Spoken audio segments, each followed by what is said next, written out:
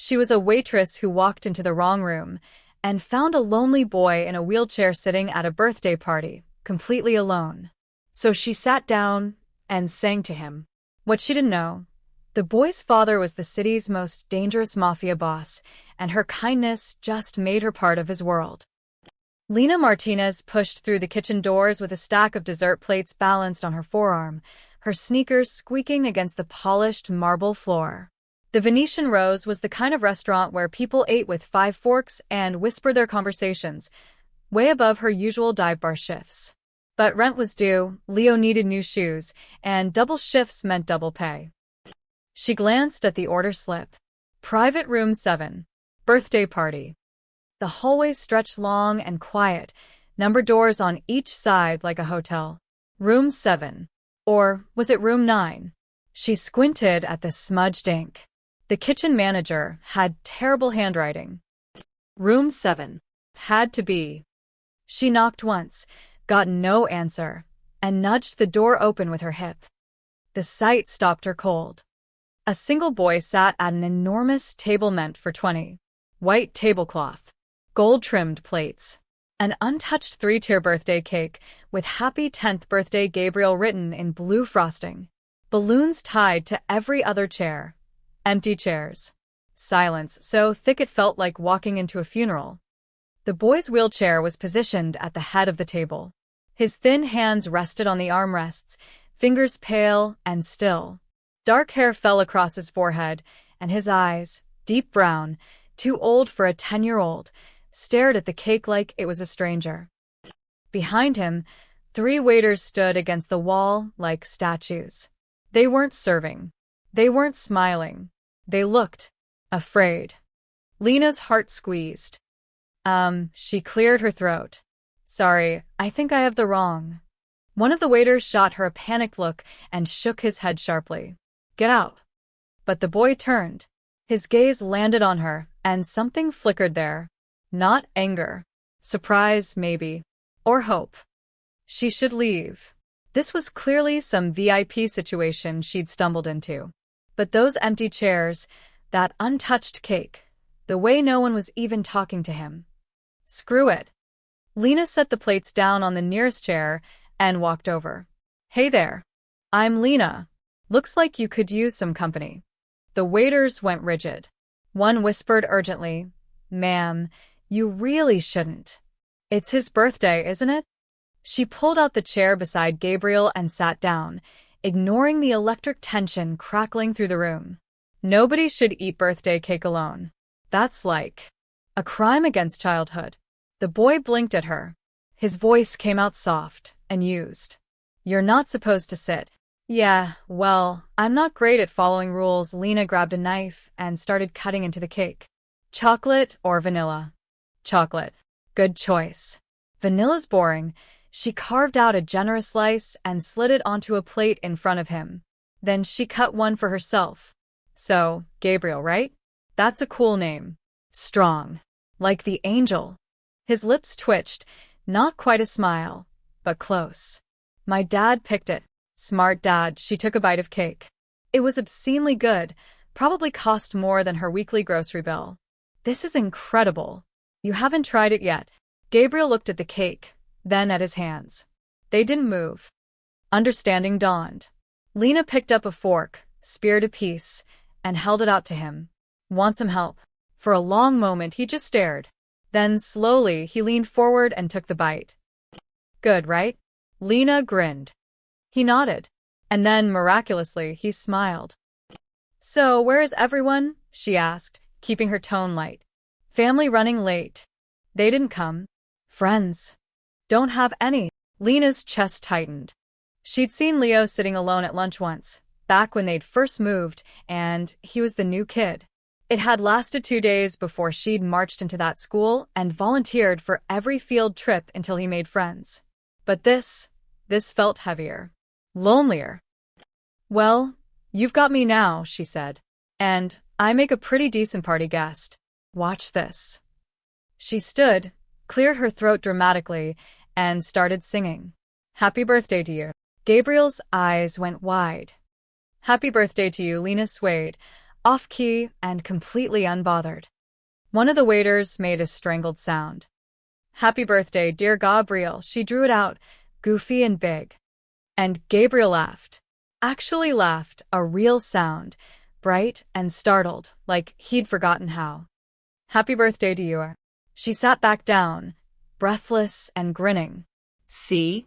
Official now. It's a real party. "That was terrible," Gabriel said, but he was still smiling. "Thank you. I've been working on my terrible singing for years." They ate cake together, Lena feeding him bites between her own, talking about nothing important, her son Leo, a stray cat she'd seen outside, the worst customers she'd ever dealt with. Gabriel listened like every word mattered, his shoulders slowly relaxing. Then the door opened. The temperature in the room dropped 20 degrees. 3 men entered first, tall, broad, wearing dark suits and dead-eyed stares. Security. The kind that didn't ask questions, just removed problems. And behind them, him. Adriano Russo walked like gravity, bent around him. Expensive suit, perfectly tailored. Salt and pepper hair swept back. A face carved from stone. Handsome in a dangerous way, the kind of handsome that came with consequences. His eyes swept the room, taking in every detail. They landed on Lena, Sitting at his son's table, with frosting on her fingers. Every waiter looked like they were preparing for execution. Lena's stomach dropped. She suddenly understood why they'd been so terrified. This wasn't just some rich family. This was that kind of family. The kind you didn't cross. The kind you read about in headlines. She'd just crashed a Mafia boss's son's birthday party. Oh, God. But Adriano didn't yell, didn't signal his guards. He just stood there, studying her with an intensity that made her skin prickle.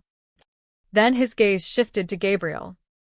His son was smiling, actually smiling, with chocolate on his chin.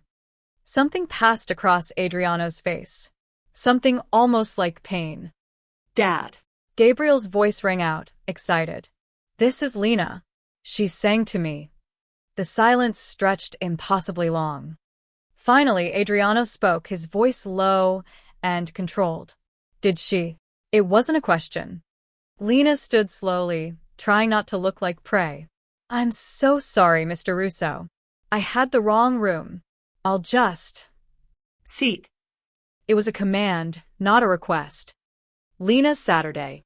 Adriano pulled out a chair across from them and lowered himself into it, his eyes never leaving Lena's face. Behind him, his guards flanked the door. "Tell me," he said quietly, "why aren't you afraid?" "Because I'm a mom," she thought. "And your son needed someone." But what she said was, "Should I be?" His lips curved, not quite a smile, but something close. And for the first time in months, Adriano Russo stayed for his son's birthday dinner.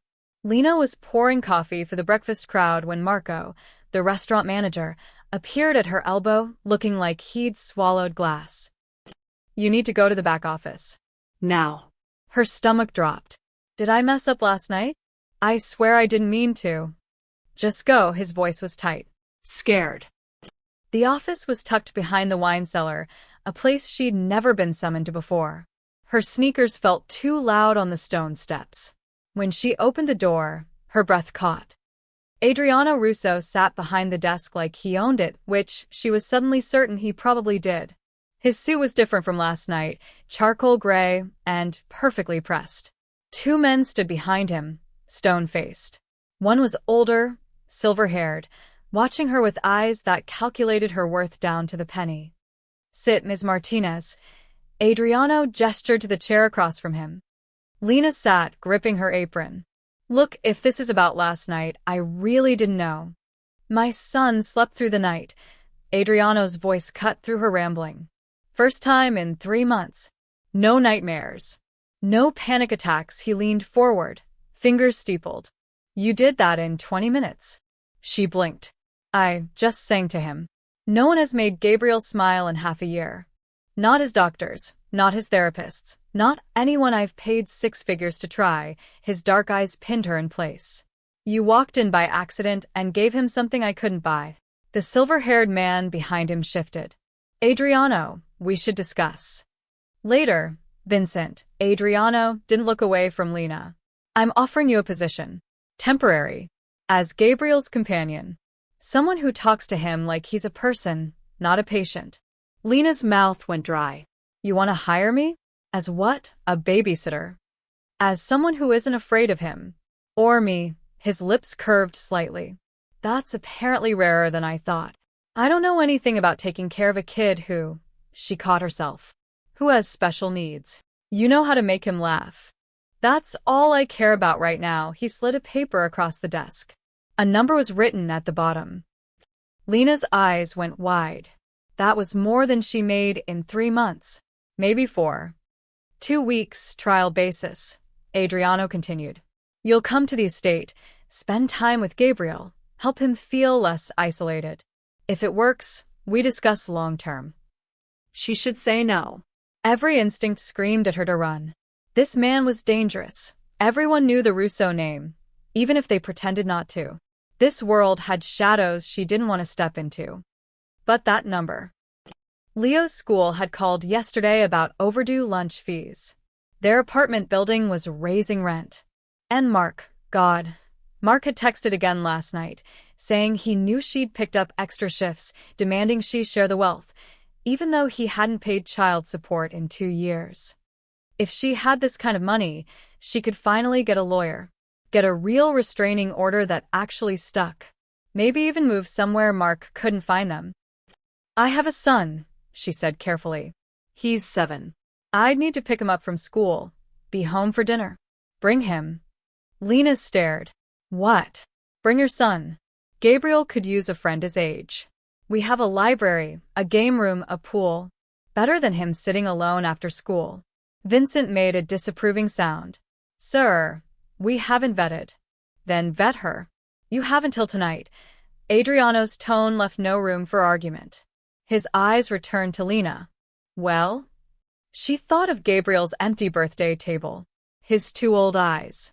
The way he'd lit up over something as simple as terrible singing. She thought of Leo, who deserved better than their cramped apartment and her constant worry. Okay, she whispered. I'll try it. Good. Adriano stood, and the meeting was apparently over. Vincent will arrange a car to bring you to the estate this afternoon. 3 o'clock. The Russo mansion wasn't a house. It was a fortress pretending to be one. Stone walls. Iron gates. Security cameras on every corner. The car rolled through like entering another country, and Lena pressed her face to the window, heart hammering. The main house sprawled across the hilltop, all glass and modern angles mixed with old-world stone. Gardens stretched in every direction, perfectly manicured. A fountain gurgled in the circular driveway where the car stopped. Vincent opened her door. Up close, he looked even less impressed. Ground rules, Ms. Martinez. You go nowhere without escort. You don't ask questions about Mr. Russo's business. You don't speak to anyone outside this property about what you see here. I'm just here for Gabriel, Lena said. See that it stays that way. Inside, the mansion was all marble and expensive art. Staff moved through hallways like ghosts, eyes down, efficient and invisible. A maid passed them without a word, but Lena caught her sideways glance, curious and wary. Vincent led her up a curved staircase to the 2nd floor. Gabriel's wing. He takes his meals here, does his physical therapy here. Mr. Russo believes routine is important. Routine or isolation?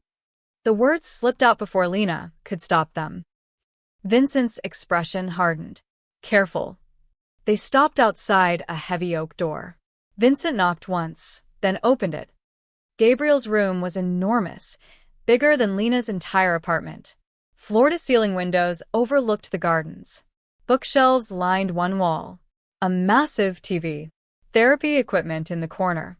Everything a boy could want. Except warmth. Gabriel sat in his wheelchair by the window, staring out at nothing. When he saw Lena, his face transformed. You came back. Course I did. She crossed the room and knelt beside him. I promised you were stuck with me, remember? For the first time since entering the estate, she felt like she'd made the right choice. But behind her, Vincent was already on his phone, placing a call. I need a full background check. Lena Martinez. I want everything, employment history, financial records, associates, family, a pause. And find out if she has any weaknesses we should know about. By day 3, Lena understood the real rules of the Russo estate, the ones nobody said out loud. Don't make eye contact with the guards. Don't ask why certain hallways are off-limits. Don't notice the men in dark suits who arrived at odd hours and left through side exits. Don't question why the staff jumped at shadows and why conversations died the moment she entered a room. The house was beautiful and suffocating, like living inside an expensive cage. Gabriel's daily routine was military precise. Physical therapy at 9, tutoring at 11, lunch at 1, rest period until 3. Everything scheduled, everything controlled. The therapist barely spoke to him except to count repetitions. The tutor droned through lessons like Gabriel wasn't even there. On the third morning, Lena walked into his room during rest period and found him staring at the ceiling, expression blank. All right, that's it. She marched to the window and yanked the curtains wider. Sunlight flooded in. We're breaking out. Gabriel's eyes widened. We can't. I'm supposed to rest. You're supposed to be 10 years old. Lena grabbed the handles of his wheelchair. Come on. Where are we going? Literally anywhere else. She pushed him into the hallway. A guard stepped forward immediately. Ma'am, Gabriel's schedule has a new addition. Fresh air. Lena didn't slow down. You can follow us if you want. They did. 2 guards trailing 10 feet behind like silent shadows.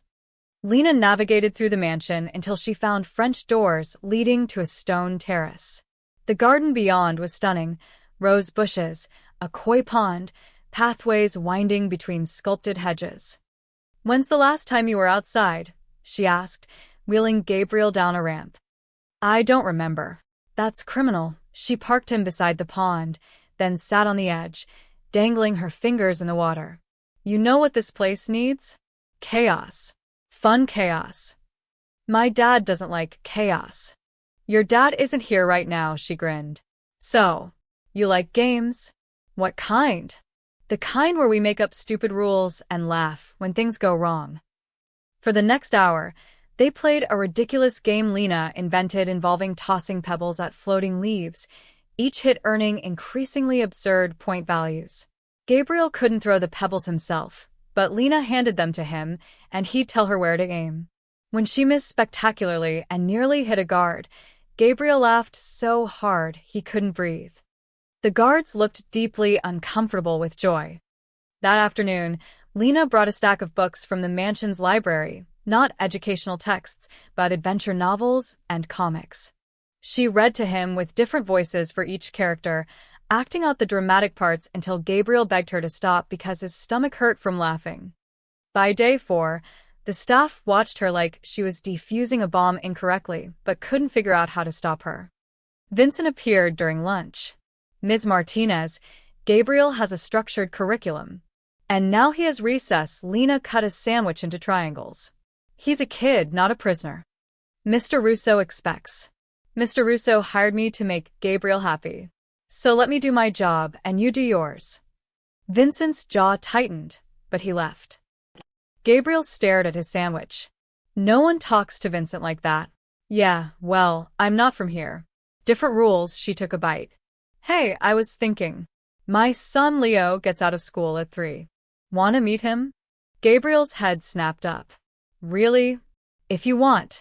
He's 7, so he's a little younger, but he's pretty cool. Obsessed with dinosaurs and builds these insane Lego things. I like Lego, Gabriel said quietly. I used to build, all the time. Before the accident. Before the wheelchair. Before everything changed. Then it settled. Lena pulled out her phone. I'll have him come by after school. Leo arrived like a small hurricane, backpack bouncing, sneakers lighting up with each step. He stopped short when he saw the mansion, eyes huge. Whoa. Mom, is this a castle? Close enough, Lena guided him inside. Remember your manners, okay? But the moment Leo saw Gabriel, all nervousness vanished. Hi, I'm Leo. Your house is awesome. Do you have a pool? My mom says you might. Also, do you like dinosaurs? I have a T-Rex that roars, he dug into his backpack, producing a plastic dinosaur. Gabriel blinked, overwhelmed. Then, I like Triceratops better. Good choice. Triceratops are underrated. Everyone picks T-Rex. Leo plopped down on the floor beside Gabriel's wheelchair, completely unfazed. Want to see my Lego spaceship? I'm building a Mars base, but the roof keeps falling off. Just like that, they were friends. Lena watched from the doorway as Leo showed Gabriel his creations, chattering nonstop. Gabriel responded quietly at first, then more eagerly. Within 20 minutes, they were planning an elaborate Lego city together, Leo describing it with wild hand gestures while Gabriel suggested modifications and improvements. We need a secret underground tunnel, Gabriel said. Yes. And a dinosaur escape from the museum. That doesn't make sense. It's perfect sense. Dinosaurs deserve freedom. Gabriel laughed, that same bright, unrestrained sound from his birthday. Behind Lena, a throat cleared. She turned to find Adriano standing in the hallway, still in his suit, clearly just returned from wherever he'd been. His expression was unreadable as he watched his son. They just met, Lena said softly. I can see that his voice was rough. Gabriel hasn't had a friend since the accident. Other parents, he paused. They made excuses. Birthday invitations stopped coming. Their loss. Adriano's eyes shifted to her. Something flickered there, gratitude, maybe, or surprise. You're not what I expected, Ms. Martinez. Good. I'd hate to be predictable. In Gabriel's room, Leo was now acting out a dinosaur battle scene, complete with sound effects. Gabriel was directing him like a movie producer, grinning. For the first time since she'd arrived, the mansion felt less like a fortress. But in his office downstairs, Vincent was reading Lena's background report, his expression growing darker with each page. Red flags everywhere, restraining orders, debt, an abusive ex-husband making threats. He picked up the phone. This woman was a liability, and liabilities in their world had to be dealt with. The text came at 11 p.m., lighting up Lena's phone on the nightstand of the guest room where she and Leo were sleeping. Mark, heard you got a new job. Nice place. Real nice. Lena's blood went cold. She grabbed the phone, hands shaking. Mark, working for the Russos now. Moving up in the world. That's my girl. Mark, we should talk about splitting that paycheck. You know, for Leo. I am his father. She wanted to throw the phone across the room. Instead, she typed with trembling fingers. You haven't paid child support in 2 years. Leave us alone. Asterisk mark. That's not very nice. Maybe I should come by that fancy estate. Discuss custody arrangements. Bet a judge would be real interested in where you're working. What kind of people you're exposing our son to. The threat was clear. Mark didn't want Leo. He wanted money and control, the same things he'd always wanted. And now he'd found new leverage. Lena deleted the messages and turned off her phone, but sleep wouldn't come. Through the darkness, she could hear Leo's soft breathing from the other bed. Safe. For now. But Mark always found a way in. Always. The next morning, Lena was exhausted and jumpy. She spilled Gabriel's juice at breakfast, apologized 3 times for nothing, and barely registered his questions about whether Leo could come back after school. Lena? Gabriel's voice was worried. Are you okay? Fine, sweetie. Just tired, she forced a smile. Of course Leo can come. He'd love that. But her phone buzzed in her pocket. Another text from Mark. Then another. She excused herself to the bathroom and read them, nausea rising. Mark, ignoring me isn't smart. I know where you work now. I know what school Leo goes to. We will talk. Mark, unless you want problems. $2,000 and I disappear for a while. That's nothing to people like the Russos. Mark, think about it. Clock's ticking. Her hands shook so badly, she almost dropped the phone. $2,000. She didn't have 200. And even if she paid, Mark would just come back for more. He always did. A knock on the bathroom door made her jump. Ms. Martinez? Vincent's voice. Mr. Russo would like to see you in his office. Her stomach dropped. He knows. Somehow he knows. Adriano's office was dark wood and leather, walls lined with books that probably cost more than cars. Vincent stood beside the desk, a folder in his hands. His expression said everything. Sit. Adriano gestured to the chair. Lena sat, trying to keep her face neutral. Adriano nodded to Vincent, who opened the folder. Lena Martinez. Age 32. Divorced 3 years ago from Mark Hendricks after filing multiple domestic disturbance reports. 2 restraining orders, both expired. Currently $16,000 in debt, mostly medical bills from an emergency room visit in 2023. Vincent's eyes were cold. Your ex-husband has a record: assault, drunk and disorderly, violation of protective orders. Lena's cheeks burned. I told you I was a single mom. I didn't think my personal life mattered. Everything matters in this house. Vincent closed the folder. You're a security risk. An angry ex-husband with a record, financial desperation. These are pressure points, vulnerabilities that can be exploited. I would never put Gabriel in danger. Intentionally? Probably not. But people like your ex-husband don't need your permission to cause problems.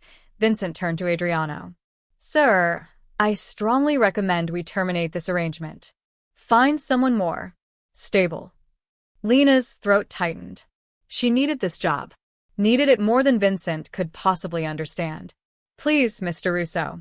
I'm good for Gabriel. You've seen the difference. I have. Adriano's voice was quiet. He'd been watching her during Vincent's entire speech, those dark eyes reading every micro-expression. Vincent, give us the room. Vincent stiffened. Sir. Now. Vincent left, but his disapproval hung in the air like smoke. Adriano leaned back in his chair, studying her. My son ate dinner in the main dining room last night. First time since the accident. He asked if we could eat there again tonight. Together. He said Leo made him realize he was tired of being alone. Lena's eyes stung. Gabriel's a good kid. He's alive because of me. Because of what I do, who I am. Adriano's jaw tightened. But I've kept him so protected, so isolated, that I forgot he needed to live. You reminded me of that. I just treated him like a person. Exactly. He stood, walked to the window overlooking the gardens where Gabriel and Leo were playing with a remote control car, Gabriel directing while Leo drove. Vincent's right. You're a liability. In my world, liabilities get cut loose immediately. It's survival. Lena's heart sank. I understand. But Adriano turned to face her. Gabriel laughed yesterday. Really laughed. I heard it from downstairs. That sound is worth more to me than any security protocol. She stared at him. You're keeping me? Against my consigliera's advice, yes, something shifted in his expression. But we're addressing your ex-husband problem. Mr. Russo, I can't ask you to. You're not asking. I'm telling you. His voice went cold. Dangerous. Mark Hendricks is currently at Morton's bar on 5th Street.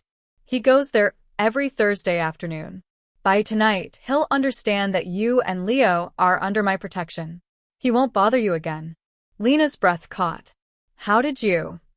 I know everything about threats to this household, including ones that haven't materialized yet.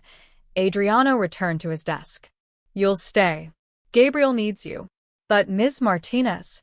His eyes locked on hers. No more secrets. If something threatens you, it threatens my son. I need to know. She nodded, throat tight. There are texts. From today. He wants money. Show me. She pulled out her phone with shaking hands and passed it over. Adriano read the messages, his expression darkening with each one. When he finished, he made a single phone call. Handle the Mark Hendricks situation. Tonight. Make it permanent. He hung up. Done. What does permanent mean? Lena whispered. It means you focus on Gabriel. I'll handle the rest. Outside, Leo's laughter drifted through the window. Gabriel was smiling, pointing at something in the garden. Lena had just made a deal with a devil to protect her son. She just hoped it was the right devil. The news traveled through Boston's underground faster than lightning. Adriano Russo's crippled son had a caretaker. A nobody. A waitress. In a dimly lit social club in South End, Carlo De Luca crushed a cigar into an ashtray and smiled. The Russos and De Lucas had been circling each other for territory for 3 years, a cold war waiting to ignite. The boys eating in the main hall now, his underboss reported. Russo's getting soft. Sentimental. Sentiment is weakness, Carlo murmured. And weakness is opportunity. Find out everything about this woman. I want to know who she talks to, where she goes, what she needs. Already on it, boss. She's got debt, an ex-husband we just scared off, and a kid in public school. Plenty of angles. Carlo's smile widened. Then let's give her a friend. Day 6 started with a breakthrough. Gabriel wheeled himself to the main dining room, the massive formal space with a crystal chandelier and the table that seated 20, and announced to the entire household, I want to eat here tonight. With everyone. The staff exchanged nervous glances. Vincent looked like he'd swallowed a lemon. Lena knelt beside Gabriel's chair. You sure? That's a big room. I'm tired of hiding. Gabriel's voice was stronger than she'd ever heard it. And I want Dad to eat with us. Like a real family. Her chest tightened. Then we'll make it happen. That afternoon, Leo arrived after school with a new excitement. Mom. There was this really nice guy outside the school. He helped Mrs. Patterson carry her groceries when her bag broke.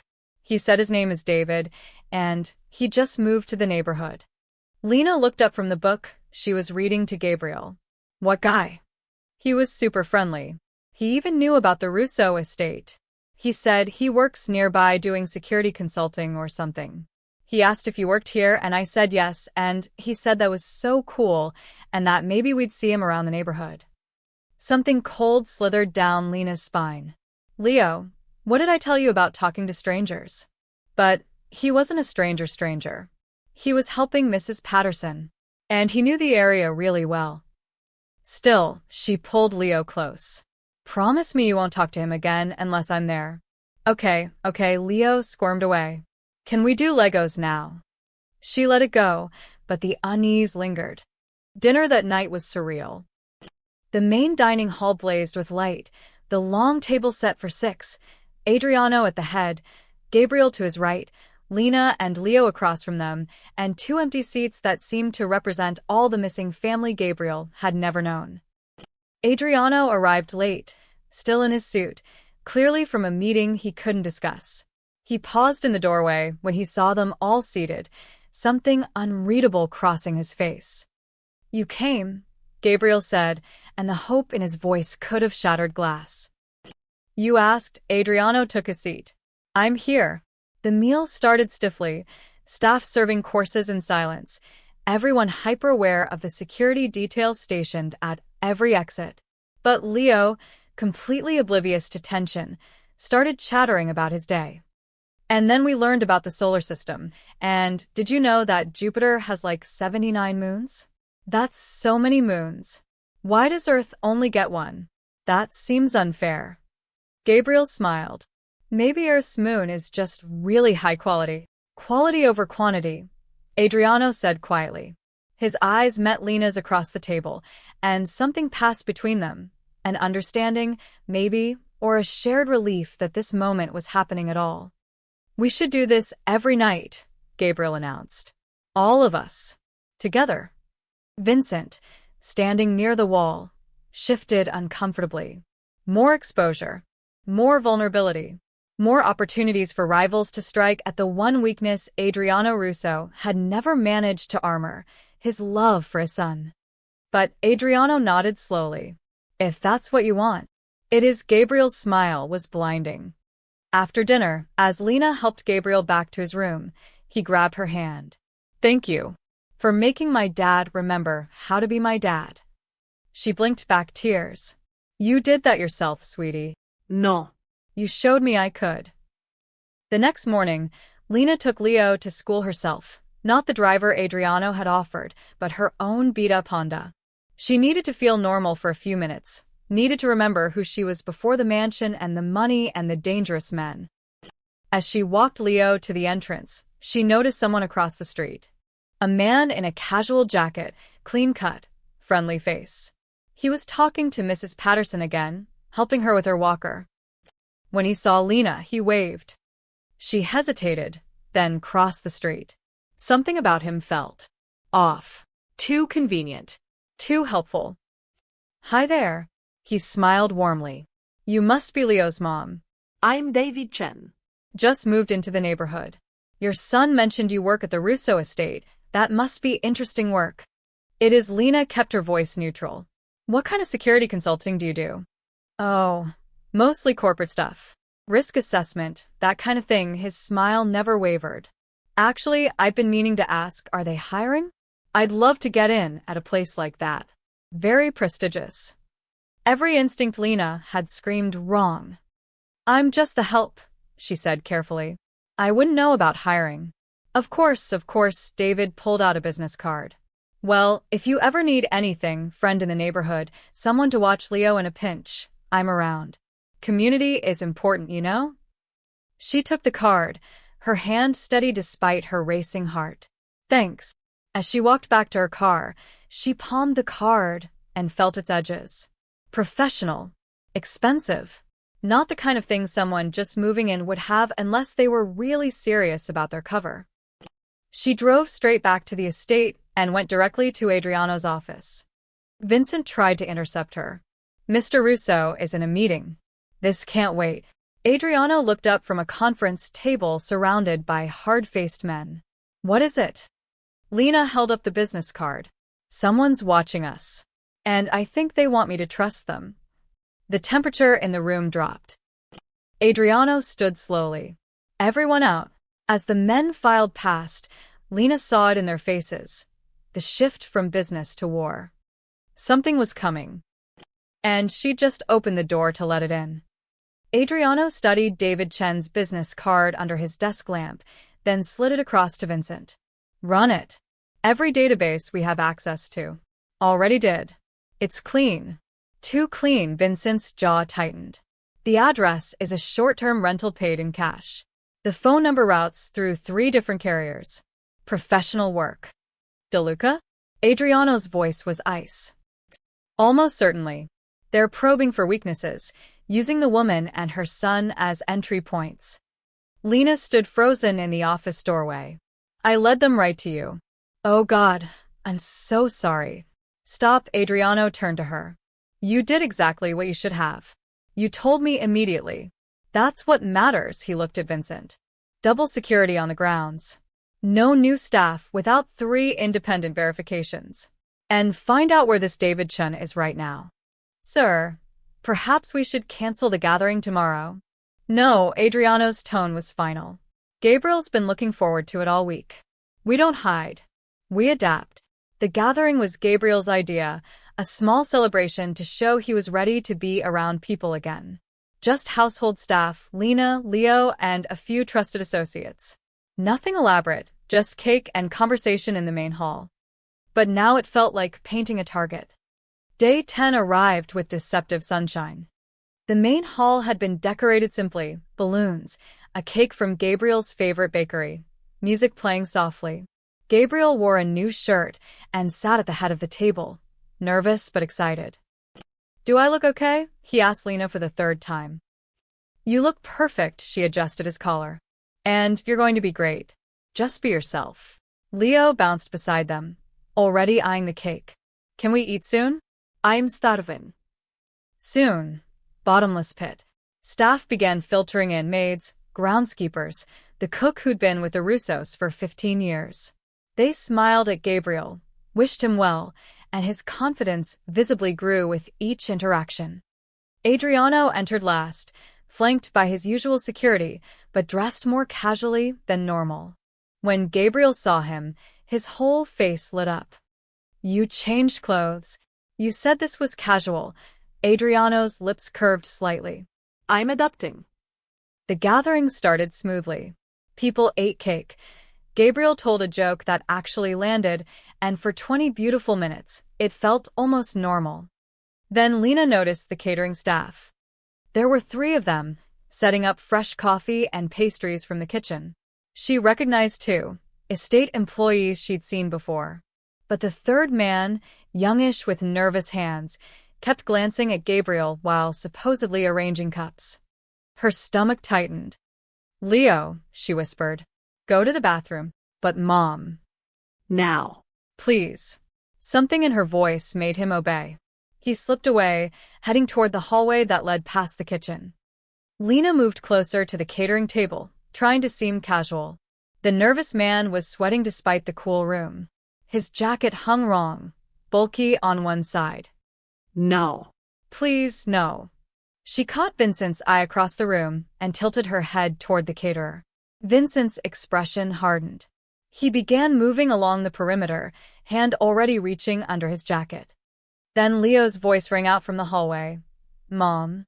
Huh? Everyone turned.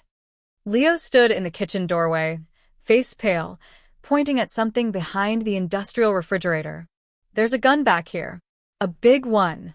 I almost tripped on it. Time fractured." The nervous caterer's hand dove into his jacket.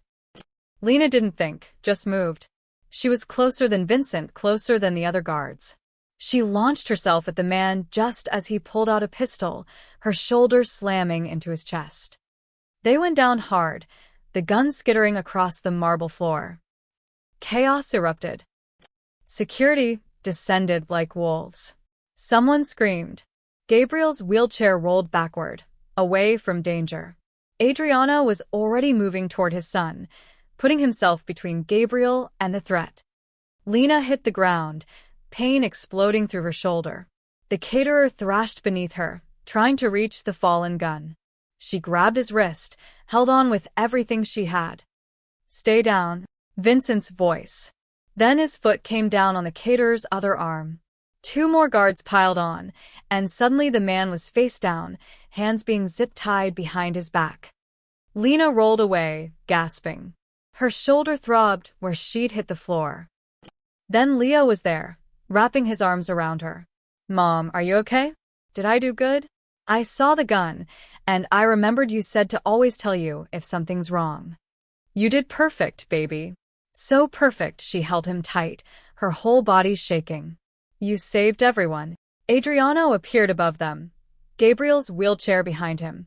His face was a mask of cold fury, but when he looked at Lena, something else flickered through. "Are you hurt?" "I'm fine." She stood shakily. "Gabriel?"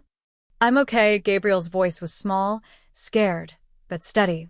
"Is the bad man gone?" "He's gone." Adriano's hand briefly touched his son's shoulder, a rare gesture of physical comfort. Vincent dragged the would-be assassin to his feet. The man's face was bloodied from hitting the floor, but his eyes held defiance. "This isn't over, Russo. You can't protect them forever." Vincent hit him once, hard, and he went silent. "Get him to the basement," Adriano said quietly. "I'll deal with him personally later." As security hauled the assassin away, Adriano turned to Leo, who was still clinging to Lena. The crime boss crouched down to the boy's level, something Lena had never seen him do. "You're a very brave kid. You saved my son's life today." Leo's eyes went wide. "Really? Really?" Adriano stood, then looked at Lena. "Both of you did. We need to talk. Privately." The gathering was over. Staff were being questioned. The kitchen was being swept for additional threats, and somewhere in the basement, a man was about to have a very bad night. But in the main hall, Gabriel reached out and took Leo's hand. "You're my best friend," he said simply. "My hero." Leo squeezed back. "You're my best friend too." Lena met Adriano's eyes across the room. They both knew what came next. The war they'd been avoiding had just kicked down the door. And there was no going back. Adriano's office felt smaller at midnight. Lena sat across from him, exhausted, her shoulder still aching. Leo and Gabriel were asleep upstairs, guarded by 6 men instead of the usual 2. Vincent stood beside Adriano's desk, a tablet in hand. The assassin talked. Took 30 minutes, but he talked, his voice was flat, clinical. Carlo De Luca sent him. The plan was simple: get close to the boy, take the shot during the chaos of the party. They'd been working the angle for 2 weeks. 2 weeks, Adriano repeated. Since when? Since Gabriel started eating in the main hall. Since he became visible again. Vincent's eyes shifted to Lena. They used someone to get information. Someone close to the family. Lena's blood went cold. David. David Chen doesn't exist. His real name is Marco Toretto, works freelance for whoever pays. De Luca hired him to befriend you, gain your trust, learn the household routines. Vincent pulled up a photo on the tablet. David's friendly face staring back. He approached your ex-husband first. Paid him $5,000 to give up information about you. Pressure points. Vulnerabilities. The room tilted. Mark gave them information about me. Everything. Your schedule, Leo's school, your fears. Then they pulled Mark out and inserted Toretto. The helpful neighbor. The friendly face. Vincent's expression was ice. You were being cultivated, Ms. Martinez. Slowly. They wanted you to trust Toretto so eventually he could use you to get inside information. I never told him anything. You didn't have to. Just being friendly was enough. He watched your patterns, Leo's patterns. He figured out when security was lightest, when catering deliveries happened, what day the gathering was scheduled. Vincent closed the tablet. You were the entry point, whether you meant to be or not. Lena's hands shook. She pressed them against her thighs to stop the trembling. Mark sold me out. Again. For $5,000, yes. Something inside her cracked. All the years of fear, all the restraining orders and midnight escapes and carefully hidden addresses, and Mark had just sold her location to criminals for the price of a used car. Where is he? Her voice sounded distant, hollow.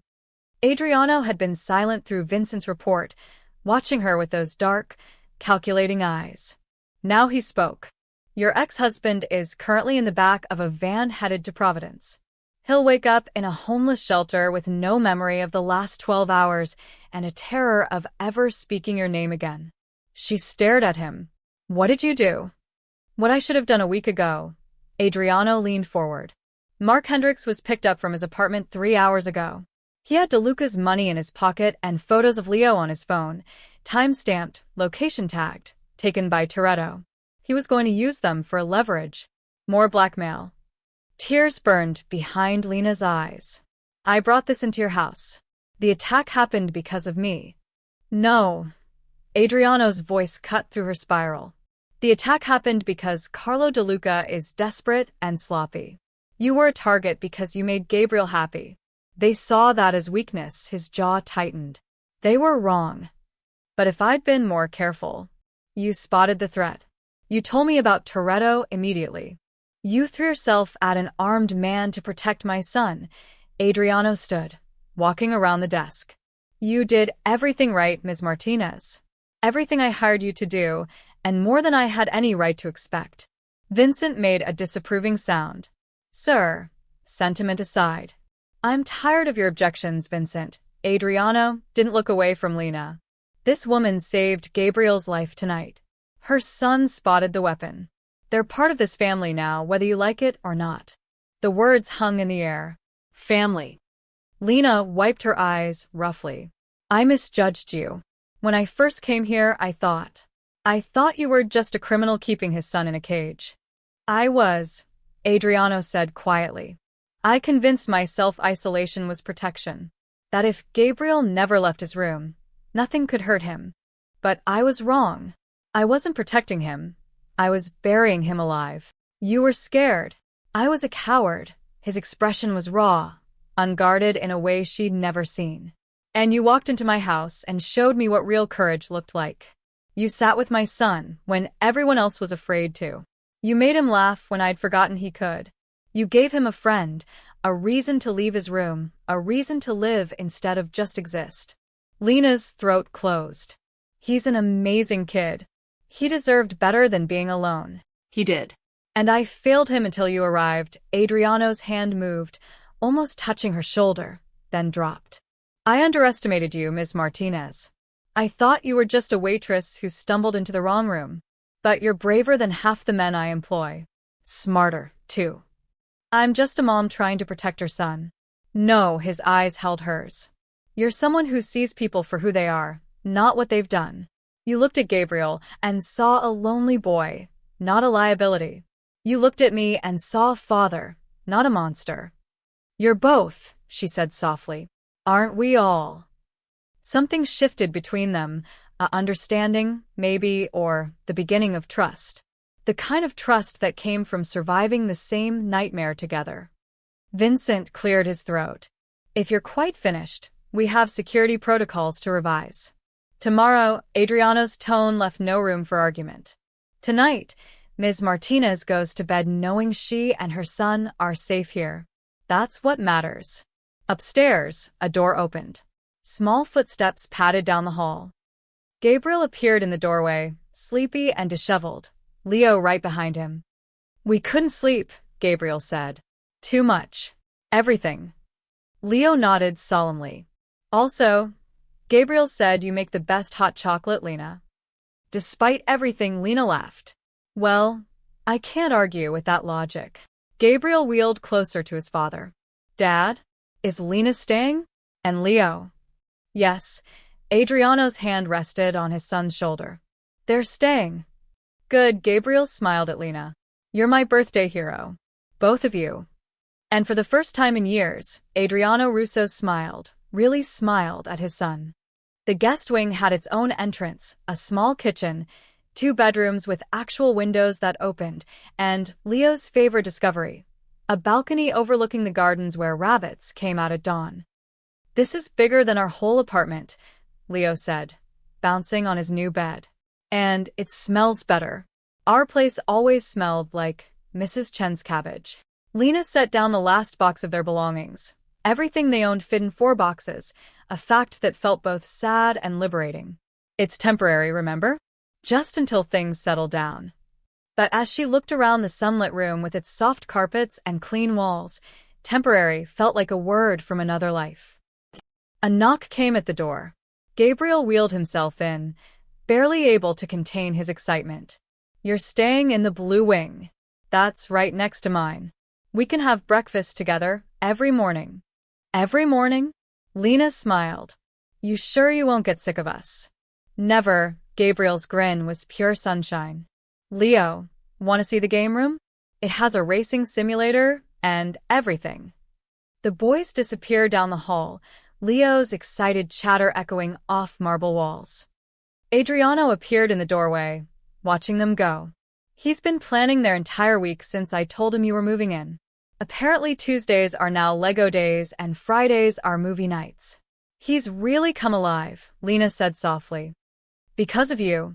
Adriano stepped inside, hands in his pockets, a surprisingly casual gesture for a man who usually carried himself like a general. Vincent wants me to assign you a security detail. 2 guards, minimum. That seems excessive for a waitress. You're not a waitress anymore. He paused, searching for the right word. You're part of this. Part of us. That means protection. The way he said us made something flutter in her chest. Dangerous territory. Mr. Russo. Adriano, his eyes met hers. We're past formalities, don't you think? She nodded, throat suddenly dry. Adriano. I need you to understand something. I'm not. I don't belong in this world. I'm a single mom who barely graduated high school. I serve coffee and make beds. This, she gestured at the elegant room, isn't my life. Maybe it should be. The words hung between them like a question neither was ready to answer. Gabriel needs stability, she continued. Routine. I can give him that. But anything more than that. Anything that looks like. Like what? Like I'm falling for a man who terrifies and fascinates me in equal measure. Like I'm starting to see the father behind the monster. Like I look forward to the moments when you smile at your son and forget to be dangerous. Like I'm overstepping, she finished quietly. Adriano moved closer just a step, but it felt like crossing a border. You threw yourself at an armed man to save my son. I think we're beyond overstepping. That was instinct. Protecting kids is what moms do. Is that what you tell yourself? His voice dropped lower. That everything you've done here is just maternal instinct. Before she could answer, before she had to untangle what she actually felt, Leo's voice rang out from down the hall. Mom. Gabriel says we can have pizza for dinner. Real pizza, not frozen. The moment broke. Adriano stepped back, the wall coming up again behind his eyes. Pizza sounds good, he said. Main dining hall. 7 o'clock. 7 o'clock found them gathered around the same table where, 12 days ago, Gabriel had sat alone with an untouched cake. Now the table was crowded. Gabriel at his usual spot, Leo beside him arguing about whether pepperoni was better than sausage, Lena cutting pizza slices, and Adriano at the head, actually participating in the conversation instead of just observing. Pepperoni is classic, Leo insisted. You can't beat classic. But sausage has more flavor, Gabriel countered. It's sophisticated. Since when are you sophisticated? You put gummy bears on your ice cream. That's different. That's genius. Lena laughed, watching them. You're both wrong. Mushroom and olive is superior. Both boys made disgusted faces. That's adult pizza, Leo said with a disdain only a 7-year-old could muster. Your mother has questionable taste, Adriano said dryly, then caught her eye. In pizza. The boys giggled. Lena felt her cheeks warm. They ate and talked and argued about ridiculous things, whether dinosaurs could beat dragons in a fight, if swimming pools should be required to have slides, whether staying up past midnight made you officially old. Normal things. Family things. At one point, Gabriel reached over and took Leo's hand. I'm glad you're staying. You're my best friend. You're mine too, Leo said seriously. Even if you're wrong about sausage pizza. After dinner, as the boys raced off to play video games, Lena started clearing plates. Adriano stopped her. Staff will handle it. I don't mind. Sit. He gestured to the chair beside him. Please. She's Saturday. For a long moment, they just looked at the table. The crumbs and empty plates, the evidence of life and laughter. That first night, Adriano said quietly, when I walked in and saw you sitting with my son, singing that terrible birthday song. Hey, I warned you it was terrible. I thought you were either incredibly brave or incredibly stupid. His lips curved slightly. I'm still not sure which. Maybe both. Definitely both. He turned to face her fully. But you gave me back my son. And maybe, eventually, if you'll let me, I'd like to give you something in return. What's that? A place to belong. A home. A family. He paused. If you want it. Lena's eyes burned.